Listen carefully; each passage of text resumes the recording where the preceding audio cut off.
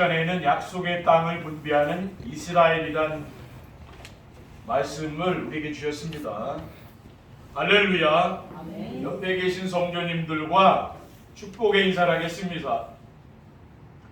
이 삼실 전도를 위한 영원한 응답의 축복을 누리며 삽시다. 삼실 전도를 위한 영원한 응답을 축복을 누리며 삽시다.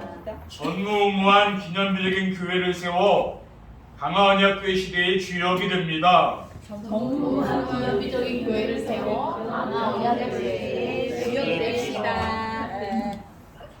오늘 본문의 내용은 아직 정복도 되지 않은 땅을 여호와 하나님이 여호수아에게 이스라엘에 분배하여 그들의 기업이 되도록 하라고 하셨고, 여호수아가 여호와의 명령에 순종하여 가나안 땅을 9지파만에게 분배해 주었다는 것입니다. 이 말씀을 통해 하나님 우리에게 주시려는 메시지는 무엇입니까? 제가 기도해 보니까 하나님이 저에게 주신 말씀은 믿음은 바라는 것들의 실상이요 보이지 않는 것들의 증거니, 히브리서 11장 1절 말씀입니다. 이 말씀이 생각났습니다. 가나안의 축복은 믿음의 사람들이 정복되지 않은 땅을 정복된 것처럼 미리 분배해서 누리는 것이구나라고 깨달았습니다. 그리고 하나님은 모든 것을 보여주시고 가라하지 않으시고 믿음으로 나아가는 사람들을 인도하시는 분이심을 알게 되었습니다. 왜 그렇습니까? 그것은 우리의 지혜와 경험을 따라 사는 것이 아니라 하나님의 말씀을 따라 사는 것이 더 완전하기 때문입니다. 이스라엘 백성이 분배한 약속의 땅은 어떤 것입니까? 이스라엘 백성들이 분배한 약속의 땅은 여호와 하나님이 아브라함과 모세와 여호수아에게 언약으로 주신 땅입니다. 아브라함에게 애굽 강에서부터 큰 강 유브라데까지 네 자손에게 주리라고 했습니다. 창세기 15장 18절에 그날에 여호와께서 아브라함과 더불어 언약을 세워 이르시되 내가 이 땅을 애굽 강에서부터 그 큰 강 유브라데까지 네 자손에게 준다고 했습니다.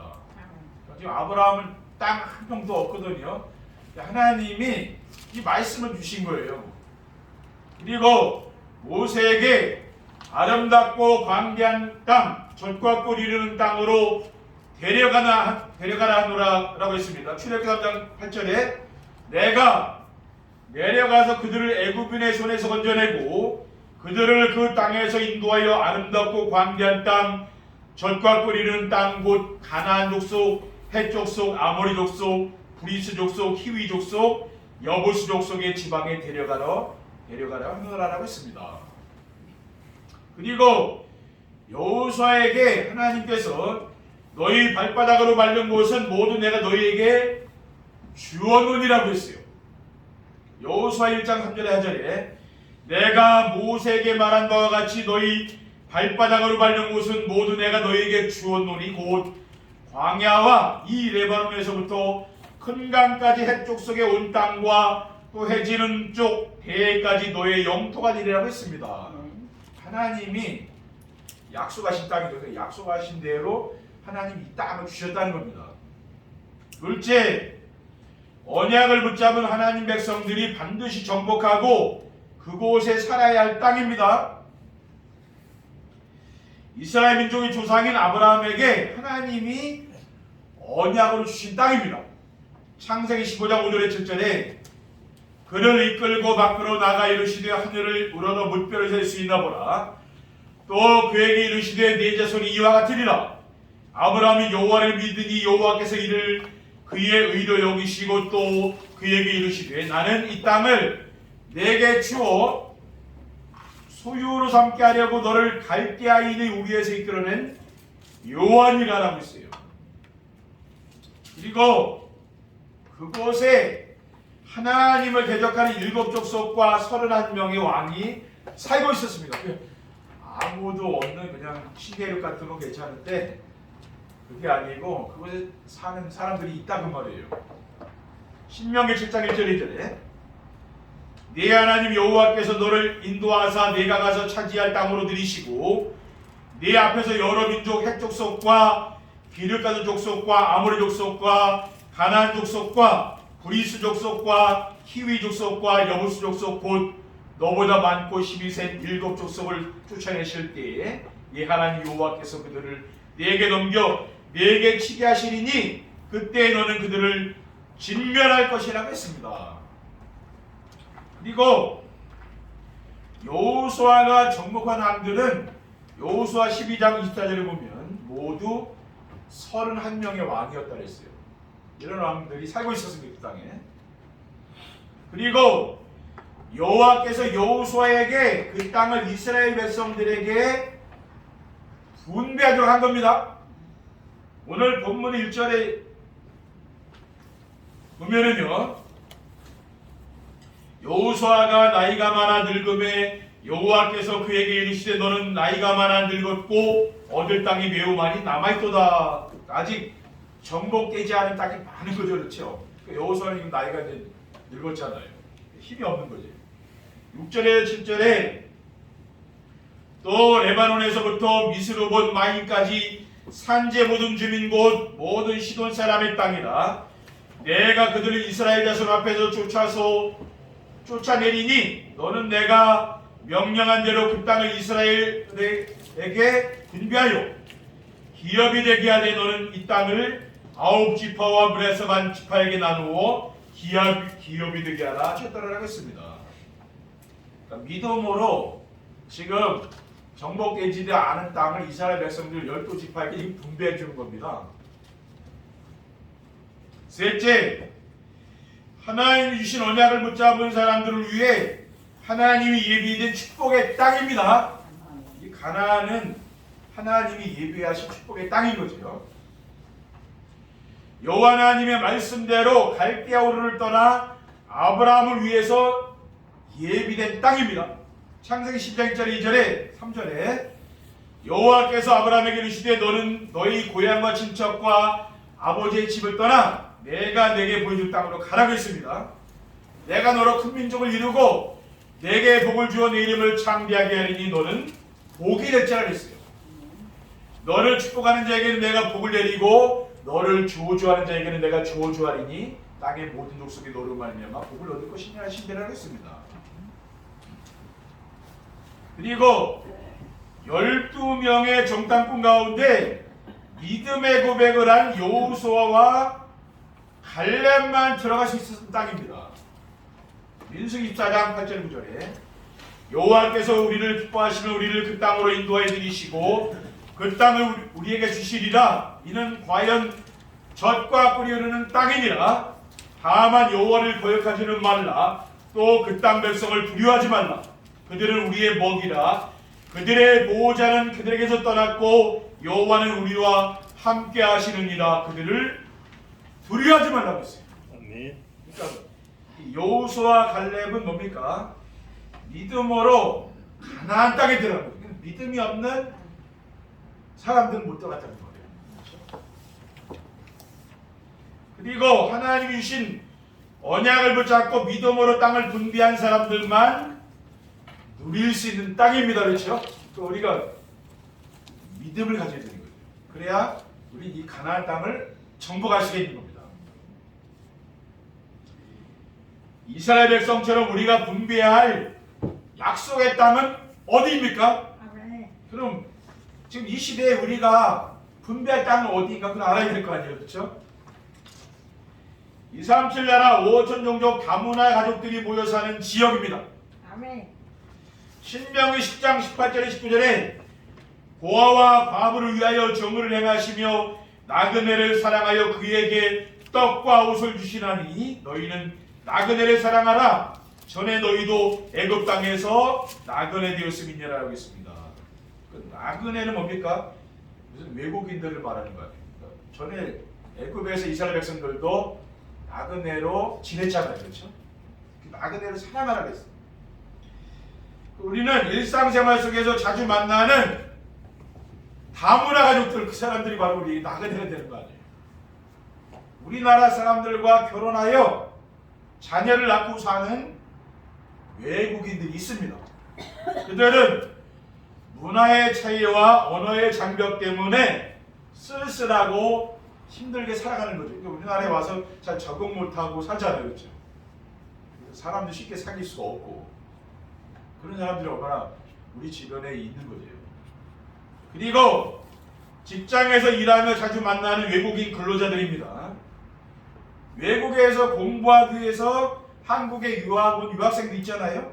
그리고 오로지 돈만 있으면 모든 문제가 해결된다고 생각하고 가난한 나라에서 돈을 벌기 위해 일하러 온 사람들이 있습니다. 아멘. 그리고 우리 자녀들 친구 가운데서도 다문화 가정의 자녀인 TCK들이 있다는 거죠.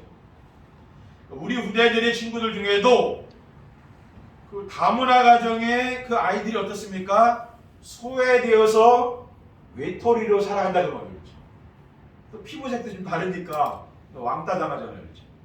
이런 아이들 자기가 또 정체성이 분명히 내가 누군지 한국 사람이기도 하지만 또 외국에서 베트남에서 왔으면 또 베트남 사람이기도 하고 정체성에 혼란이 와 있는 거죠. 이렇게 방황하는 아이들께 앞으로 미래에 사회 문제가 되지 않겠습니까? 그렇죠. 그러한 현장이 뭐냐? 아멘. 우리가 분배해야 될 땅이라는 말이에요. 그렇죠? 관심을 가져야 될 땅이라는 거예요. 아멘. 둘째, 사마리아 지역처럼 복음을 듣지 못한 사람들이 모여 사는 곳입니다. 빌립 집사가 사마리아의 성에 내려가 그리스도의 백성에게 증거하니 어떤 일이 일어났습니까? 사도행전 8장 5절에 8절에 빌립이 사마리아 성에 내려가 그리스도의 백성에게 전파하니 무리가 빌립의 말을 듣고 행하는 그덕도 보고 한 마음으로 그가 하는 말을 따르더라. 많은 사람에 붙었던 더러운 귀신들이 크게 소리를 지르며 나가고 또 많은 중풍병자와 못 걷는 사람이 나오니 그 성에 큰 기쁨이 있더라라고 했습니다. 우리가 옛날에는 교회 성도들 사람들이 많이 몰려왔잖아요. 왜 그랬습니까? 그 당시에는 병원이 없었잖아요. 그러니까 교회에 와서 많은 사람이 치유됐거든요. 아멘. 지금은 아프면 병원을 가버리잖아요. 그렇죠? 그때만 해도 옛날에 갈 데가 없으면 교회를 많이 사람들이 온 거죠. 아멘. 그러니까 어떤 사람들이 있습니까? 마음이 공허하고 만족이 없으며 원인을 알 수 없는 두려움으로 시달리는 사람입니다. 이런 사람들도 우리 주변에 있어요. 예수님께서 마태복음 11장 28절에 수고하고 무거운 짐진 자들아 다 내게로 오라 내가 너를 쉬게 하리라. 제가 처음 예수님 믿을 때 이 말씀이 이렇게 은혜가 되더라고요. 왜냐 제가 한 20대까지 예수님 안 믿었거든요. 인생에 무거운 짐을 사고 살아온 거 아니에요. 그러니까 얼마나 힘들게 살았겠습니까? 아멘. 그러니까 이 말씀이 은혜가 되더라고요. 아멘. 전도서 5장 10절에 은을 사랑하는 자는 은으로 만족하지 못하고 풍요를 사랑하는 자는 소득으로 만족하지 아니하나니 이것도 헛되도라고 했습니다. 아멘. 그리고 비교의식과 시기심이 많고 불면증과 악몽과 가위눌림으로 밤이 무서운 사람들이 있어요. 그러니까 잠을 잘 자는 사람이 있지만은 우리나라에 지금요 불면증 가진 사람이 엄청 많습니다. 밤에 잠이 안 오니까 얼마나 힘들겠습니까? 그렇죠. 저도 어지럼증이 와서 밤에 잠이 안 오는데 참 그거보다 힘든 게 없더라고요. 왜냐 꼬박 여름 잠 안 자고 한번 세보세요. 근데 우리 주변에 이런 사람들도 있다니까요. 밤이 무서운 사람. 밤이 두렵죠, 그렇죠? 밤이 오는 게 두려운 거예요. 사도행전 10장 38절에 하나님이 나사렛 예수에게 성령과 능력을 기름 붓듯 하셨음에 그가 두루다니시며 선한 일을 행하시고 마귀에게 눌린 모든 사람을 고치셨으니 이는 하나님이 함께 하셨음이라고 있습니다. 그리고 나쁜 것인 줄 알지만은 술이나 도박이나 마약을 벗어날 수 없는 그런 중독자들이 있거든요. 그렇죠? 우리나라에 또 지금 엄청 마약이 지금 또 많이 지금 마약하는 사람이 그렇게 많잖아요. 이렇게 그게 나쁜 건지 알잖아요. 근데도 네. 그 유혹에 한번 빠지면 못 나오는 거예요. 뭐 알코올 중독 있는 사람도 많이 있잖아요. 그러면 우리가 현장이 어떠냐? 우리 이러한 사람들, 우리 일상생활 속에서 만난 이러한 사람들이 뭡니까? 우리 성도님들이 분배될 땅이라는 거예요. 그렇죠? 셋째, 청소년들과 어린아이들을 쉽게 만날 수 있는 학교나 학원이 있는 곳입니다. 마태복음 18장 1절 하절을 보면 그때 제자들이 예수께 나와 이르되 천국에서는 누가 크니까? 예수께서 한 어린아이를 불러 그들 가운데 세우시고 이르시되 진실로 너에게 이르노니 너희가 돌이켜 어린아이들과 같이 되지 아니하면 결단코 천국에 들어가지 못하리라. 그러므로 누구든지 이 어린아이와 같이 자기를 낮추는 사람이 천국에서 큰 자니라. 이 당시만 해도 어린아이하고 그 여자들은요 그 사람 숫자에 안 들어가요. 그 정도로 이 어린이라든가 여자들이 사람 대접 못 받는 시대가 뭡니까? 이 시대 예수님 당시 그랬다니까. 얼마나 오래 2000년 넘는 그 때니까 얼마나 그랬겠습니까? 그렇죠? 근데 지금 뭐 여자분들이 지금 남자분들보다 왜 낫잖아요. 그렇죠? 그 점들은 많이 뭡니까? 좋아졌다는 말이에요. 근데 어린이 예수님께서 그 어린아이 데려다가 이 아이가 이렇게 얼마나 귀한지 하면 그걸 가르쳐 주는 거 아니에요. 그렇죠? 사도행전 19장 8절 9절에 바울이 회당에 들어가 석 달 동안 담대히 하나님 나라에 관하여 강론하며 권면하되 어떤 사람들이 마음이 굳어 순종하지 않고 무리 앞에서 이도를 비방하거늘 바울이 그들을 떠나 제자들을 따로 세우고 두란노 서울에서 날마다 강론하니라. 그러니까 사도 바울이 어디 갔느냐? 회당에 가면은 거기 학생들이 모이는 거예요. 학생들이 복음 전하려고 거기 들어가는 거예요. 두란노 서울 이런데 대학 그런 현장에 이렇게 들어간 겁니다. 그러니까 직업적으로 청소년이나 어린아이들을 떠날 수 없는 사람들입니다. 학교나 학원에서 근무하는 선생님들 또 그곳에서 일하는 직원들 있잖아요. 학교에서 일하는 분들 이런 분들은 뭡니까? 청소년들과 아이들에게 관심을 가지고 가까이 하며 대화를 많이 나누게 되잖아요. 그렇지 않으면 우리가 이런 아이들하고 청소년들을 대화하기 쉽지 않잖아요. 지금이요. 그리고 청소년들이나 어린아이들과 함께 지내는 시간이 즐겁고 행복한 사람이 있어요. 근데 어떤 사람은 뭐 아이들 되게 싫어하는 사람들도 있더라고요. 보면은.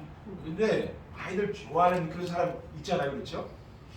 청소년들과 어린이들을 좋아하고 함께 지내며 그들의 고민거리를 들어주고 상담해 줄 수가 있는 거죠. 이런 사람들이. 그렇죠? 그리고 여러분 과거에 뭡니까? 이 아이들을 많이 돌봤던 사람들 뭡니까? 관심이 있을 거 아니에요. 아이들한테. 그리고 청소년들이나 어린아이들을 쉽게 모을 수 있는 특별한 달란트를 가진 사람들입니다. 특히 이렇게 우리 후대들에게 관심을 가지고 그 아이들을 막 그 시선을 끄는 그런 사람들도 있거든요. 우리는 그런 거 잘 못하는데 뭐 그런 분도 계셔요. 뭐 아이들이 막 몰려오고 그러잖아요. 그 사람 옆에 그런 사람이 있다니까요. 청소년들과 아이들에게 유익한 프로그램을 개발하여 그들의 마음을 사로잡아 아이들이 좋아하는 사람들도 있다니까요. 그 아이들이 막 따라다니는 그런 사람들이 있다고 말해요. 그런 달란트 있는 사람들. 이러한 학교와 학원이 있는 현장이 뭡니까? 우리가 정복하기 위해 분배될 땅이라는 거예요. 네, 이런 땅, 그게 우리가 나눠야 될 땅입니다. 지금요. 우리 성도님들, 이 시대에 우리는 어떠한 땅을 우리가 분배해서 나눠야 되는지 이번 한 주간 깊이 여러분이 생각하시기 바랍니다. 그런데 나는 내가 어떤 땅을 나눠야 될까 생각하시면 될 거 아니에요. 그렇죠? 결론입니다. 이스라엘 백성처럼 약속의 땅을 분배하면 어떻게 됩니까? 우리가 이제 약속의 땅을 분배하면 어떻게 되느냐? 교회와 삶 현장에 이방인 애들이 만들어집니다. 성전에 보면은요, 구약시대는 성전이잖아요. 그 이후에는 회당이 만들어졌고 교회가 생긴 거거든요. 근데 성전에는 세 가지 뜰이 있는데 이방인의 뜰이 있고 기도의 뜰이 있고 아이들 뜰 이게 있어요. 근데 거기 예수님이 그 성전을 깨끗이 청소하셨잖아요. 막 채찍으로 때리고 그래 거기서 장사를 했거든요. 그리고 성전이 그 있었다는 말이에요. 우리가 가나안 땅에 들어간 이스라엘 백성들이 약속의 땅을 분배했듯이 우리 성도님들이 땅을 분배하면은 교회와 삶 현장에 이방인의 뜰을 만들어 다민족들이 교회에서 나와서 예배를 드리도록 해줘야 되는 거예요. 그러니까 외국인들이 우리 교회도 올 수 있도록 해줘야 되는 거예요. 그러려면 엄청 그릇이 넓어야 됩니다. 그렇죠? 그걸 말하는 거예요. 그리고 직장과 현장에서 외국인들과 또 TCK 만나는 TCK 있잖아요. 그 대화를 나눠야 된다고 말해요. 그렇죠? 그 사람들을 그냥 무심코 지내는 게 아니라 한국 사람보다 오히려 거기에 관심 가지고 대화를 나누란 말이에요. 그 이방인의 뜰을 만드는 거예요. 내 현장에. 둘째, 교회와 삶 현장에 치유의 뜰이 만들어집니다. 모든 성도님들이 약속의 땅을 분배하면 교회에서 영적 문제를 가진 사람들이 교회에서 복음으로 치유되는 거죠. 교회 치유되니까 이게 행복해지는 거예요. 그래서 또 현장에 가면은 정신 문제를 가지고 있는 사람들, 이런 문제 있는 사람들 있잖아요. 그 사람들에게 오직 복음을 전해서 치유하게 되면 하나님의 역사가 그 속에 나타나게 됩니다. 네. 사마리아의 성에 나타나는 역사가 우리 현장에 나타난다는 거예요. 마지막으로 교회와 삶의 현장에 아이들의 뜰이 만들어집니다. 교회의 미래는 어디 있습니까? 우리 후대들에게 있는 거거든요. 우리 후대들이 아멘. 교회 미래 아니에요, 그렇잖아요. 아멘. 그러니까 청소년들과 어린아이들의 교육을 위해서 교회에서는 아낌없는 투자를 해야 되는 거예요. 우리 후대들을 잘 기르는 게 우리 교회를 뭡니까? 영원히 세우는 길이에요. 우리는 다 나이가 들면 떠나갈 거 아니에요. 그러면 남을 거는 후대들이 남을 거 아니에요. 그럼 어디다 투자해야 됩니까? 상식적으로 생각해봐도 거기다 투자해야지 어디다 투자할 거예요. 그렇죠? 아이들은 투자해야 된다. 그래야 이 아이들이 우리 교회를 지킬 거 아닙니까? 그렇죠? 그리고 삶 현장에서 만나는 아이들에게 관심을 가지고 돌봐주는 거죠. 또 우리 성도님들 주변에 아이들 만날 거 아니에요. 그럼 관심 가지고 잘 돌봐주라고 말이에요. 그렇죠? 맛있는 거 사주고 그 관심 갖는 거예요. 그리고 우리 가정에서 어떻게 하면 됩니까? 가정에서 그냥 우리가 먹고 잠자고 그게 아니고 이제부터는 우리 랩런트들을 가정에 초청하는 거예요. 네. 그래서 말씀 포로 말씀 미션을 만들려고. 여러분들 뭡니까? 가정에 아이들을 내가 초청해서 한번 대접도 하고 아직 포럼도 하고 이렇게 해야 되겠구나. 그런 마음가짐을 가지고 여러분 가정을 준비하시는 겁니다. 하나님이 복을 주지 않겠습니까? 우리는 뭡니까? 이렇게 믿음의 큰 그릇들을 자꾸 만들어가는 겁니다.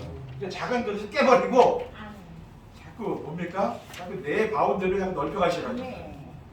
그렇게 하시면은요 하나님의 복이 점점 커져요. 하나님의 축복이요 점점 뭡니까? 그 여러분 그릇에 따라서 하나님 주신 복이 다 다르다니까요. 그러니까 그릇을 넓히셔가지고 하나님의 올 한 해 큰 복을 좀 누리시기 바랍니다. 그래서 약속의 땅을 우리가 분배하고 우리가 이 관심을 가지고요 이 땅을 좀 분배해서 앞으로 우리가 이 시대 살리는 그런 축복을 누리시기를 주님의 이름으로 축원드립니다. 기도하겠습니다. 하나님 감사합니다. 오늘 주신 언약의 말씀을 우리의 마음에 담을 수 있도록 도와주시고 여호수아가 이스라엘 12지파를 가나안에 데려가서 그 땅을 분배했듯이 우리가 하나님 우리에게 주신 약속의 땅을 우리의 현장을 분배할 수 있도록 하나님 축복해 주시옵소서. 그래서 하나님의 큰 축복을 누리는 우리 귀한 성도님들 될 수 있도록 인도해 주시옵소서. 우리 구주 예수 그리스도 이름으로 기도하옵나이다. 아멘.